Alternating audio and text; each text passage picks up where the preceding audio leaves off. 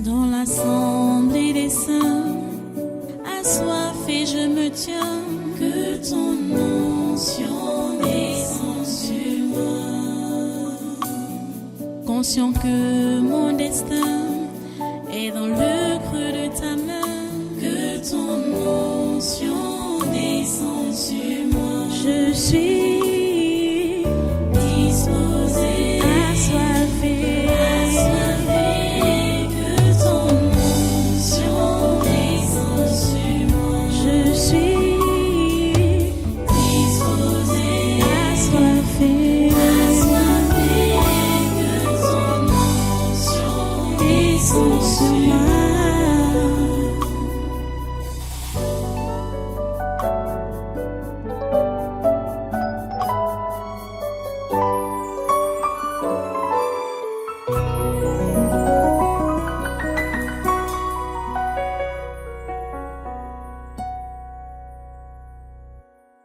Alléluia. Donc voilà, reste debout. Nous allons maintenant passer à la parole. J'espère que tu as bien compris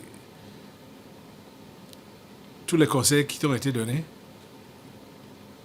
J'espère que tu as pris ces avertissements au sérieux.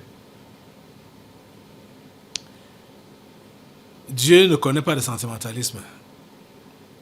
Jésus n'a jamais été sentimentaliste.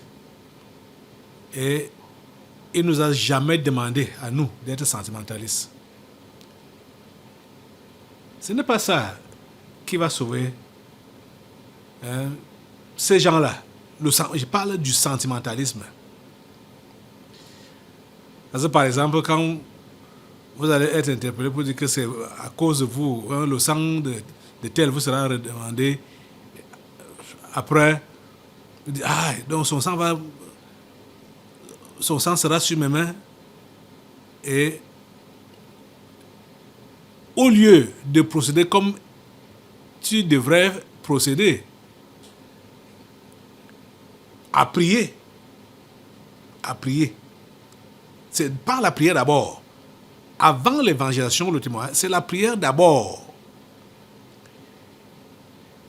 Quand tu es déjà revêtu, c'est là que tu vas accoster donc la personne avec le système de Dieu.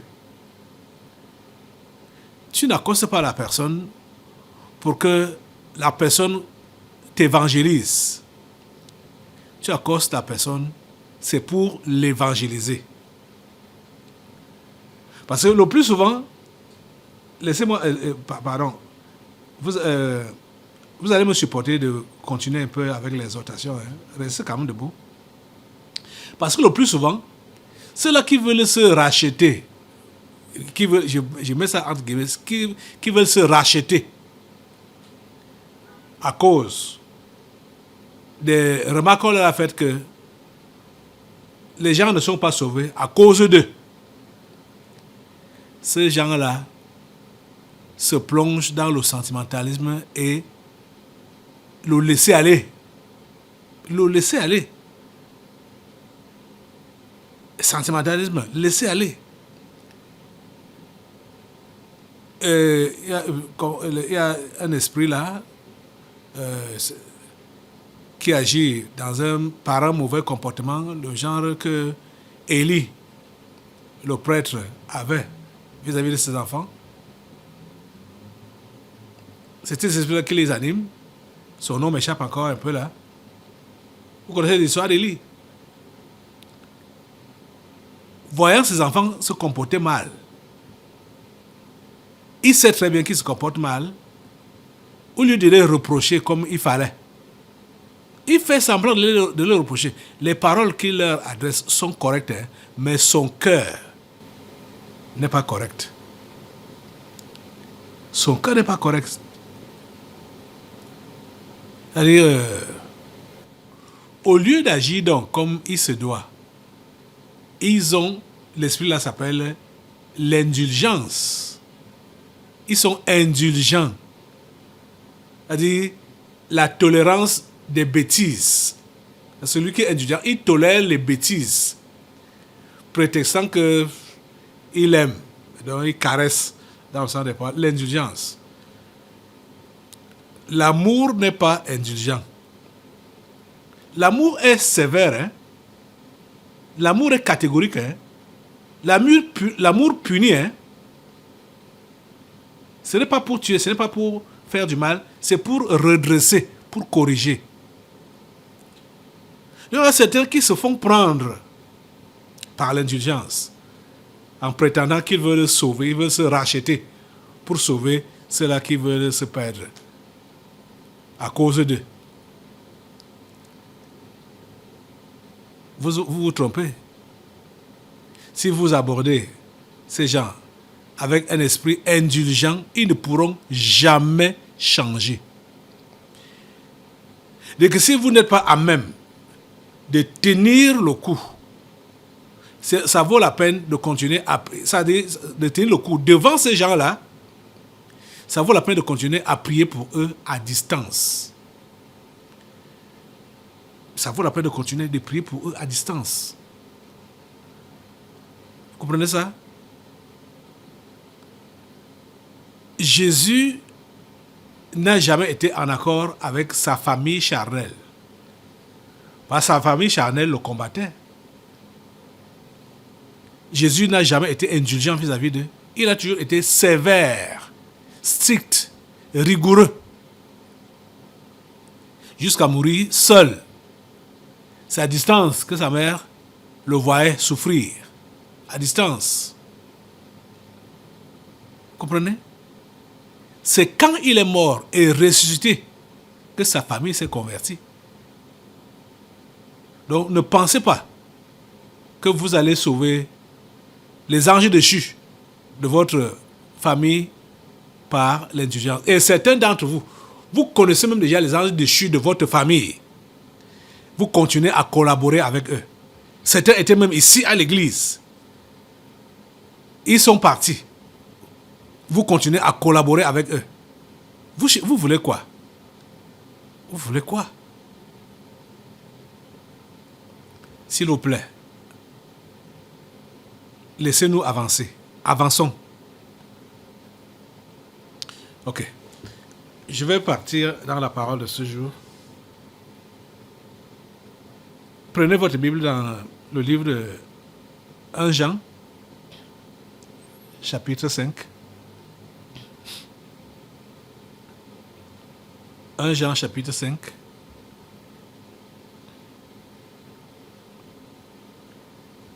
Verset 19. Nous savons que nous sommes de Dieu et que le monde entier est sous la puissance du malin. Nous savons aussi que le Fils de Dieu est venu et qui nous a donné l'intelligence pour connaître le véritable. Et nous sommes dans le véritable en son Fils Jésus-Christ. C'est lui qui est le Dieu véritable et la vie éternelle. Petits enfants, gardez-vous des idoles. Prions le Seigneur. Dieu Tout-Puissant, nous te remercions pour ta parole de ce jour et nous te prions que tu nous donnes la grâce de pouvoir l'accueillir à bras ouverts et de pouvoir l'appliquer dans notre vie au quotidien. Merci Père Saint de tout ce que tu fais avec nous et par nous. Merci de tout ce que tu fais pour cette nation et les nations du monde. À partir d'ici, nous te remercions infiniment. Reçois toute la gloire et tous les honneurs. Et merci parce que ton plan pour nous, cette nation et les nations du monde, pour aujourd'hui, s'accomplit encore. C'est au nom de Jésus de Nazareth que nous te prions. Amen. Amen. Voilà, prenez place dans cette présence. Ouais, et soyez tous les bienvenus à ce congrès surnaturel de ce 28 décembre 2023. C'est dimanche prochain que nous allons cesser de lire ce 1 Jean chapitre 5. Je suis en train, il a dit même c'est pas moi. Le Saint-Esprit est en train de vous dévoiler les secrets de la franc-maçonnerie. Les secrets de la franc-maçonnerie. Et ce n'est même pas dur, hein. De toutes les façons, la personne qui comprend mieux ou qui comprendra mieux les secrets de la franc-maçonnerie ou le secret de la franc-maçonnerie, c'est la personne qui est née de nouveau. Retenez cela. Si tu n'es pas né de nouveau, tu ne pourras pas comprendre les secrets de la franc-maçonnerie.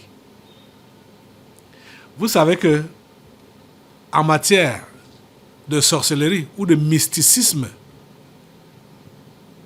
c'est l'enfant de Dieu, c'est le chrétien qui est l'homme ou quelqu'un de plus mystique. C'est le chrétien. Hey, vous n'ignorez rien que votre pasteur que je suis. On m'a porté plainte à plusieurs reprises et les motifs étaient pratique de sorcellerie. J'ai été accusé de pratique de sorcellerie plusieurs fois, dans plusieurs plaintes. Donc, le chrétien véritable, c'est lui qui est le plus mystique. Peut-être que je dis des choses très sérieuses, hein, mais comme des blagues. C'est la pure vérité. Le chrétien véritable, c'est l'homme le plus mystique. Donc, pour comprendre les secrets de la franc-maçonnerie, tu dois être un chrétien véritable, né de nouveau. Parce que depuis que j'enseigne là, plusieurs ne comprennent pas. Je dis à vous-même qui êtes là, vous ne comprenez pas. Parce que plusieurs ne sont pas encore véritablement nés de nouveau. Quand tu es véritablement né de nouveau, tu es un homme ou une femme mystique. C'est là que tu peux comprendre les secrets de la franc-maçonnerie. Parce que regardez le verset 20 de 1 Jean 5 qui dit « Nous savons aussi que le Fils de Dieu est venu et qui nous a donné l'intelligence pour connaître le véritable. Et nous sommes dans le véritable en son Fils Jésus-Christ. » Si tu n'es pas dans le véritable en son Fils Jésus-Christ, comment tu vas même comprendre ces choses? L'intelligence, tu n'auras pas ça pour comprendre. Hein? Parce que c'est Jésus-Christ qui est l'intelligence. La sagesse, c'est Jésus-Christ qui est la sagesse. Si tu n'es pas en lui, tu ne peux pas comprendre ce qui se passe autour de toi. Ou ce qui se passe dans le camp du diable. Tu ne peux pas comprendre. Tu ne peux rien comprendre. Tu comprends ça? Et voilà le secret ici. Nous savons aussi que le Fils de Dieu est venu et qui nous a donné l'intelligence pour connaître le véritable. Et nous sommes dans le véritable en son Fils Jésus-Christ. C'est lui qui est le Dieu véritable et la vie éternelle. Quand tu connais Jésus-Christ, tu connais le véritable. Il n'y a rien du malin qui va t'échapper. Parce que tu as de l'intelligence, il n'y a rien qui va t'échapper. Tu maîtrises tout. Regardez, vous-même.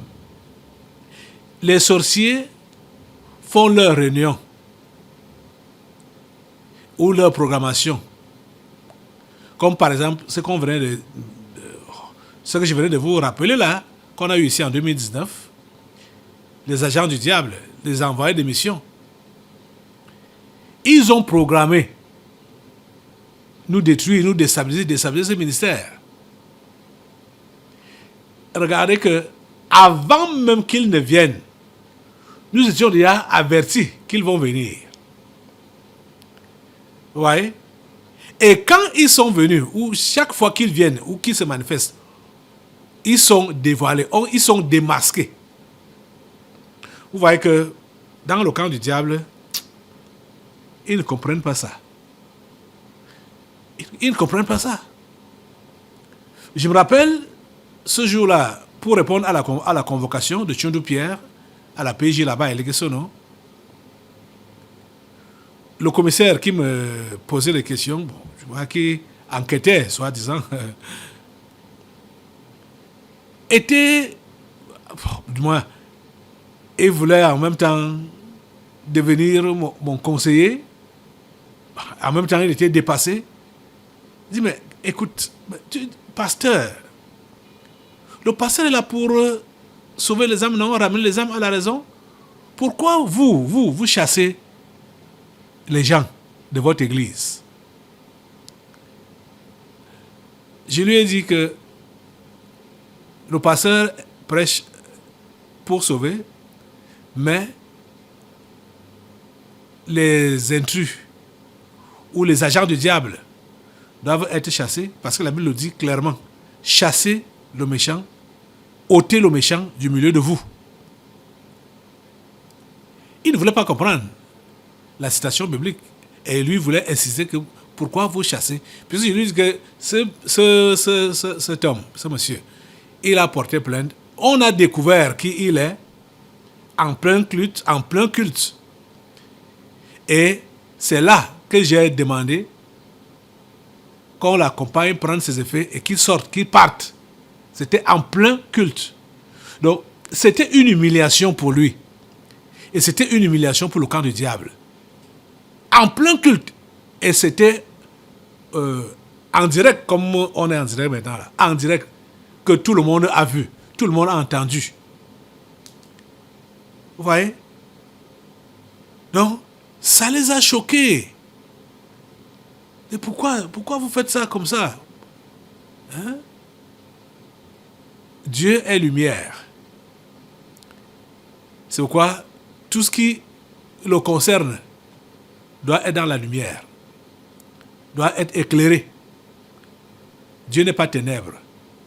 C'est le diable qui est ténèbres. C'est pourquoi il agit dans l'obscurité, en cache-cache, mais Dieu agit ouvertement. Comprenez ça? Si tu es enfant de Dieu, tu es enfant de lumière. Et enfant de lumière, tu vas faire des choses inouïes. Les gens ne vont pas te comprendre. Ils ne vont pas te comprendre. C'est pourquoi ce que j'enseigne sur la franc-maçonnerie, je veux dire que je n'ai pas lu dans les livres, ni regardé les documentaires, parce que déjà même les documentaires, les livres, c'est le mensonge. C'est le mensonge. J'ai dit en finir avec la franc-maçonnerie. J'ai commencé à développer cela. C'est la franc-maçonnerie elle-même qui est venue en personne maintenant expliquer tout ce qu'elle fait, tout ce qu'elle organise et tout ce qu'elle planifie. C'est elle-même. Vous voyez? C'est comme ça que Dieu fait. C'est elle-même. Je ne savais rien. Rien du tout. Vous voyez que quand je vais donc enseigner ces choses, on doit voir que je suis plus mystique que les mystiques. Que je suis plus sorcier que les sorciers. Vous voyez? Je veux dire que c'est celui qui est né de nouveau, le vrai chrétien, qui est mystique. Parce que, regardez, comment donc la franc-maçonnerie elle-même vient maintenant exposer comment elle travaille dans le monde. Depuis quand elle est née et comment elle fonctionne depuis ce temps-là jusqu'à présent. Comment elle a la main mise sur tout ce qui se passe dans notre société. Elle a la main mise sur tout ça. C'est elle-même qui l'a dit. Vous voyez? Je sais que les francs-maçons, la plupart, peut-être de quelques les petits initiés, ils ne savent même pas, ils savent même pas tout ceci. Hein. Parce que ne pensez pas que ce sont tous les démons qui savent ce qui se passe dans leur monde là-bas. Non. N'en parlons pas de ce qui se passe dans le monde de Dieu. Non. Les démons sont limités. Vous comprenez ça? Les démons sont limités. Si on a dit à un démon, comme ils sont dans le monde du mensonge, et le diable lui a donné pour mission que déclare, ton travail c'est de déclarer à tous que ce papier, par exemple, que ce papier est noir. C'est comme ça, c'est le travail que ce démon-là a pour dire que le papier-là est noir. Le papier-là est noir. Il va dire à tout le monde la même chose. Il ne sait pas ce qui se passe ailleurs. Il ne sait pas. Parce qu'il n'a pas cette mission-là. Ils sont limités. Vous comprenez? Ils sont limités. Sur les choses qui ne les concernent pas, ils sont limités. Comprenez? Donc, si certains peuvent avoir quelques informations sur certains aspects, enfin, en tout cas, ce n'est pas tout. Ils sont limités. Là où on leur a dit, c'est jusqu'ici. Même le diable est limité. Même le diable est limité. Parce que quand Dieu autorise, Dieu donne les limites. Il dit jusqu'ici, ça ne déborde pas. Ce sera jusque-là. Donc, l'autre côté, ils ne savent rien. Le diable ne connaît rien. Quand Dieu a dit que c'est jusqu'ici, que vous vous arrêtez, que ça se limite. Vous voyez? Donc, les amis, vous devez donc comprendre, pour ceux qui viennent de nous prendre, que la franc-maçonnerie a bien sûr des secrets, mais pour comprendre ces secrets, vous devez naître de nouveau. Et ce secret-là n'est pas dur à comprendre. C'est juste pour que vous compreniez que vous êtes au-dessus de tous ces démons-là. Vous qui êtes de nouveau, vous êtes au-dessus de tous ces démons-là. Vous êtes au-dessus de la Rose-Croix, de la franc-maçonnerie, je veux dire. Oui, même de la Rose-Croix, bon, ça c'est petit. Vous êtes même au-dessus du diable et que vous avez la vie éternelle. Vous allez demeurer sur votre position quand vous demeurez ancré en Jésus. Jésus, c'est lui qui est le véritable. Mais le diable va tout faire avec ses agents, bien sûr, avec ses démons, pour essayer de te rabaisser. Donc, ce qu'il utilise, c'est bien sûr le mensonge. Et des intimidations, des intrigues, et tout ça. Voilà ces armes, voilà ces armes. Hein? Ces armes sont la séduction, voilà ça ici. C'est là. La séduction, la cruauté, la curiosité, la méchanceté, l'intimidation, le mensonge, la peur, l'intimidation. Surtout l'intimidation. Il t'intimide. Et c'est ça que plusieurs sont en train de connaître ces derniers temps. Ils sont intimidés. Donc, pour créer la peur. Parce que ça va toujours finir par la peur. T'intriguer. C'est ça qu'il utilise, ces armes. Pour te ralentir et t'empêcher d'accomplir la mission que Dieu t'a confiée. Donc, ne te laisse pas séduire. Même s'il utilise la cruauté, comme tu as refusé de te laisser séduire, même la cruauté là ne va pas te détruire. Tu ne seras pas détruit. On a vu ça dimanche, que rien de tous ces trucs-là ne pourra empêcher que l'amour de Dieu soit complet en nous. Or, car Il dit, Romains, je suis Romains, au chapitre 8. Mais dans toutes ces choses, verset 37, mais dans toutes ces choses, nous sommes plus que vainqueurs par celui qui nous a aimés. Car j'ai l'assurance que ni la mort, ni la vie, ni les anges, ni les dominations, ni les choses présentes, ni les choses à venir, ni les puissances, ni la hauteur, ni la profondeur, ni aucune autre créature ne pourra nous séparer de l'amour de Dieu manifesté en Jésus-Christ notre Seigneur. Rien ne pourra te séparer de l'amour de Dieu. Rien. Rien ne pourra te séparer de l'amour de Dieu manifesté en Jésus-Christ notre Seigneur. Rien.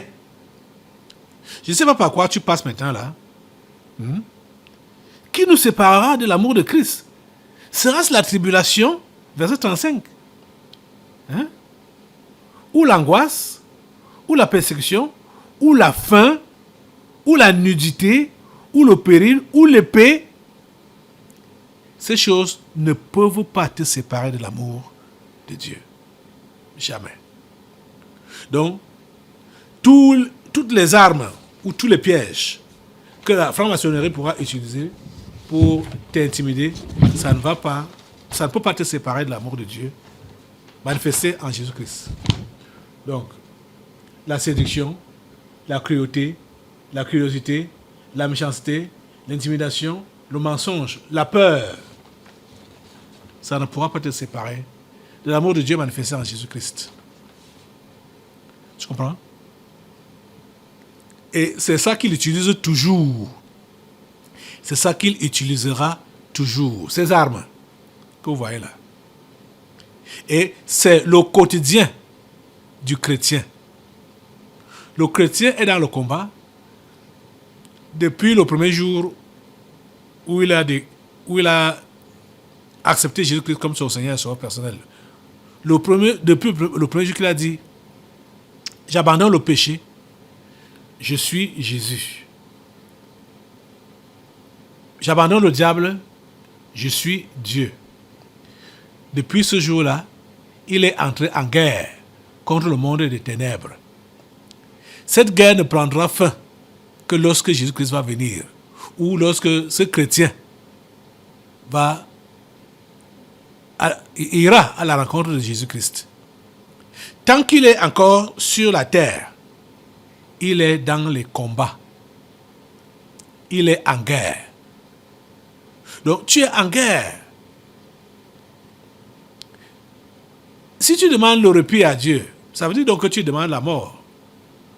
Si tu demandes le repos à Dieu, ça veut dire que tu demandes la mort. Tu demandes déjà ton départ. Oh, il y a encore à faire. Et tant qu'il y a à faire, tu seras dans le combat. C'est obligé, c'est forcé. C'est forcé. Je pense que il est normal que les chrétiens puissent se ressaisir, puissent réellement comprendre qu'est-ce que la chrétienté. C'est pourquoi, dès le mois de janvier, nous allons prendre le thème « La vie chrétienne normale ». Dès le mois de janvier.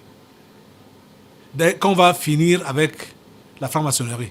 La franc-maçonnerie a déclaré que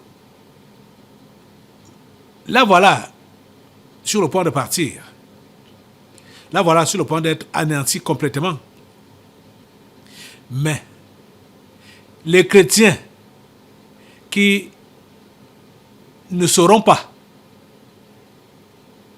qui n'ont pas besoin de regretter d'être devenus chrétiens, ce genre-là va continuer à la développer, c'est-à-dire à développer la franc-maçonnerie. Parce que dès que tu as le regret d'être devenu chrétien, dès que tu n'es pas satisfait parce que tu estimes que tu souffres, donc tu murmures quand tu souffres, tu murmures quand tu es malade, tu murmures quand tes affaires ne marchent pas, tu es en train d'appeler la franc-maçonnerie. Toi-même, tu vas encore sous sa couverture. celle-là qui a été défaite, tu vois, tu peux prendre ces miettes pour recoller et couvrir ça sur toi. À cause de ton attitude. Donc, le chrétien n'a pas besoin de murmurer dans la vie. Quel que soit ce qu'elle te réserve, en tant que chrétien, tu n'as pas besoin de murmurer dans cette vie. Parce que cette vie est sous le contrôle de ton Sauveur, de ton Créateur, de ton Dieu. Et cette vie ne peut pas te réserver ce que ton Dieu n'a pas permis pour toi. Donc, le fait de murmurer, le fait de pleurer, le fait de te lamenter à cause de la dureté de la vie, tu es en train d'accuser ton Dieu qui ne prend pas soin de toi, qui ne s'occupe pas de toi. Tu vois? Et en cela, tu vas sous la couverture, toi-même, tu vas sous la couverture de la franc-maçonnerie. Parce que tu rejettes les murmures, les plaintes, les pleurs inutiles là, ça enlève la couverture de Dieu sur toi. Alors que le franc-maçon véritable sait que toi, chrétien, tu le dépasses. Tu es au-dessus de lui. Tu as la vie éternelle. Il le sait que tu as la vie éternelle. Il le sait. Mais toi, tu ne le sais pas. Quand le diable leur propose d'adhérer, c'est pour prétendre leur donner le positionnement. Donc, l'élévation, la brillance. Et aujourd'hui, si toi, chrétien, parce que tu es rabaissé, parce que tu n'as pas l'élévation, parce que tu n'as pas les moyens, tu te plains, ça veut dire que tu préfères donc adhérer à la franc-maçonnerie pour être élevé. Pourtant, la franc-maçonnerie n'a jamais élevé quelqu'un. Je dis ça, je vous dis ça clairement, la franc-maçonnerie n'a jamais élevé quelqu'un. Jamais. Tout le monde est à la place que Dieu a prévue pour lui avant même la création du monde. Tout le monde, je dis chrétien ou pas, tout le monde est à la place que Dieu a prévue pour lui avant la fondation du monde. Vous comprenez ça? C'est une déclaration exagérée ou osée. Quelqu'un peut dire que non. Mais je n'invente rien. Je suis juste en train de vous dire ce que la Bible dit. Vous comprenez? L'élévation ne vient ni de l'Occident, ni de l'Orient. C'est Dieu qui élève et c'est Dieu qui abaisse. Comprenez? Donc, les gens, vous allez partir dans les sectes parce qu'on vous a dit qu'on va vous élever, parce qu'on a dit qu'on va vous donner un poste, on va vous faire ceci, on va vous faire cela. Et si cela arrive plus tard, vous allez penser que c'est la secte là qui vous a donné ça. C'est faux. C'est faux. C'est Dieu qui avait prévu ça pour vous. Mais vous n'avez pas attendu son moment. Vous allez adhérer. Et pour donc arriver à ce niveau-là, vous avez eu à faire des sacrifices. Vous avez eu à faire, mon Dieu, à verser du sang inutilement. Les francs-maçons versent le sang inutilement. Ils tuent inutilement. Dieu a prévu que tu dois être chef d'État. Toi, tu ne comprends pas ça. Tu pars adhérer à la secte et tu commences à tuer. Tu commences à massacrer. Pendant notre génération, on connaît des chefs d'État qui ont pris le pouvoir n'ayant pas adhérer aux sectes. Mais malheureusement, étant déjà en poste, c'est là qu'on leur dit que okay, si tu veux donc conserver ton poste, tu veux continuer à évoluer, adhère. Et dans la folie, ils ont adhéré. On en connaît au Congo démocratique comme en Côte d'Ivoire. Vous voyez ça? C'est bête. C'est bête. Donc, les amis, nous devons en finir avec la franc-maçonnerie. Ça finit, ce démon-là va être détruit. Je vais l'attacher, je vais le décapiter. Je dis le démon principal de la franc-maçonnerie qui a commencé depuis le temps des Nimrod. Et ça va être renvoyé dans les abîmes. Ce sera dimanche. Dimanche prochain. C'est dimanche qu'on va finir complètement. Donc, ne raccommodez pas ces morceaux pour que ça vous couvre. Et je vous ai expliqué ce qui fait à ce que ces morceaux, vous puissiez raccommoder ces morceaux, ce sera vos plaintes, vos lamentations, ce sera votre insatisfaction en Jésus. C'est ça qui va essayer de rafistoler les morceaux de la franc-maçonnerie pour vous couvrir, vous. Mais nous devons affiner avec cela.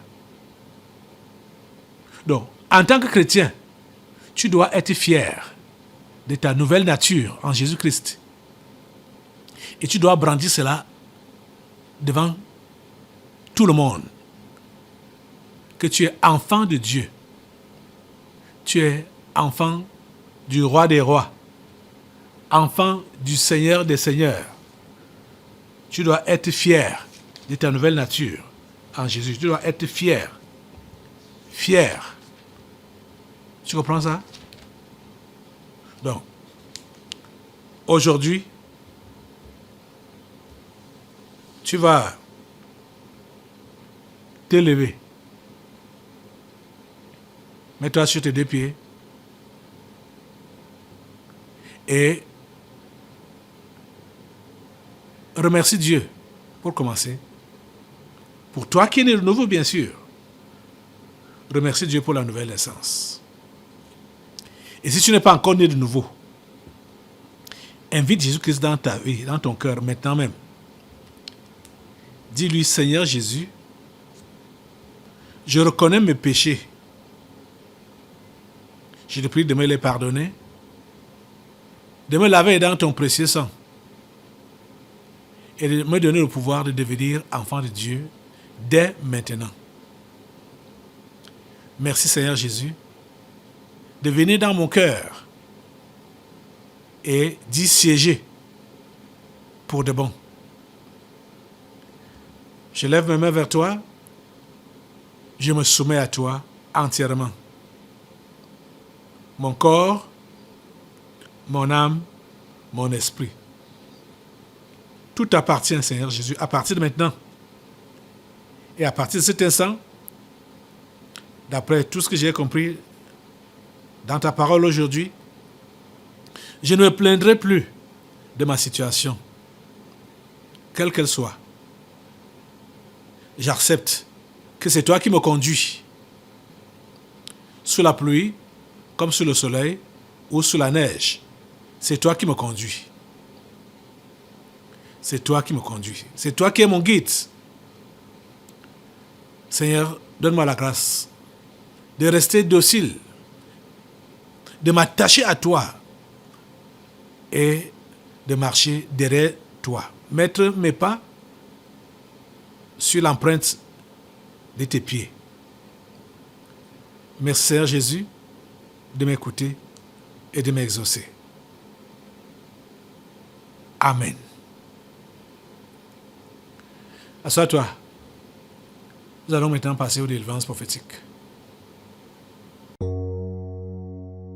Dans l'assemblée des saints, assoiffé je me tiens, que ton onction descende sur moi. Conscient que mon destin